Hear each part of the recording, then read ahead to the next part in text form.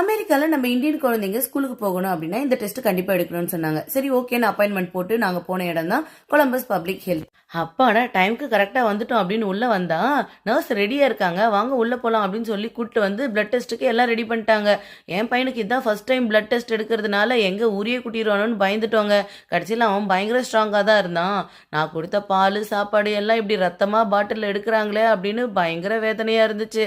ஆனாலும் என் பையன் ஸ்ட்ராங்கா இருந்ததை பார்த்துட்டு எனக்கு செம ஆச்சரியம்.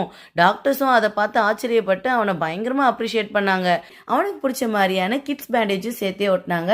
ஜென்ரலாகவே இங்கே அமெரிக்காவில் குழந்தைங்க ஹாஸ்பிட்டலில் விசிட் பண்ணாலே கேண்டீஸும் ஸ்டிக்கர்ஸும் கொடுக்கறது வழக்கங்க. அந்த மாதிரி தான் கதிர்க்கும் இன்னைக்கு வந்து 2 கேண்டீஸ் அப்புறமா 3 ஸ்டிக்கர்ஸும் கிடச்சிது. பயங்கர ஹாப்பி ஆயிட்டாரு.